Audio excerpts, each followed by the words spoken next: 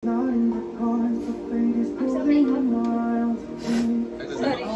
Kasi din naman yung shoulders niya yung happy niya para sa mga boyfriend. Wala kasi yung mic, magigets ko na gusto mo siya ihag. Pero ang dami kasing harang doon sa framing. Parang Oh shit, ang ganda ng boses niya nga. Zendaya is in her, ano pala, re-engagement period.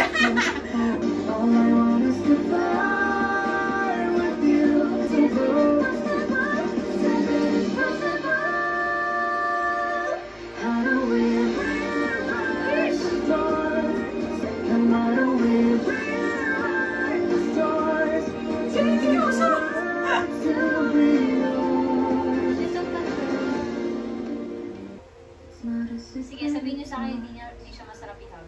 Ayan, wala na. Girl, the jawline. Imagine niyo naman kayo yung mic tinitignan niya.